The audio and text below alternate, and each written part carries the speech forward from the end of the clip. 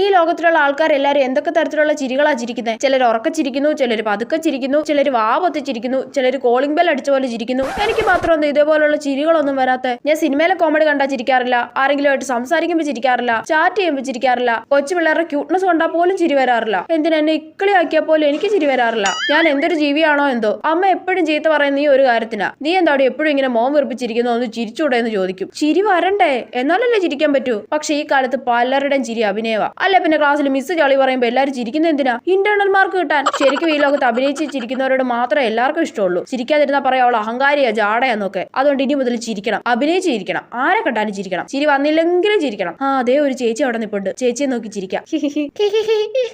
ചേച്ചി തിരിച്ചു ചിരിച്ചു. ഓ, അപ്പൊ ഇങ്ങനെയാണല്ലേ ആളുകളോട് ഇടപഴകേണ്ടത്. മോൾ എവിടെ ഇറങ്ങാനാ? ഞാൻ കോഴിമുക്ക് സ്റ്റേഷനിലാ. ഓ, കോഴിമുക്കിലാണോ? എന്നാ ഒന്ന് എണീക്കോ മോളെ, ചേച്ചി കുറച്ച് സമയം ഇരുന്നോട്ടെ പ്ലീസ്. ചേടാ, ചിരിക്കാതിരുന്നാ മതിയായിരുന്നു.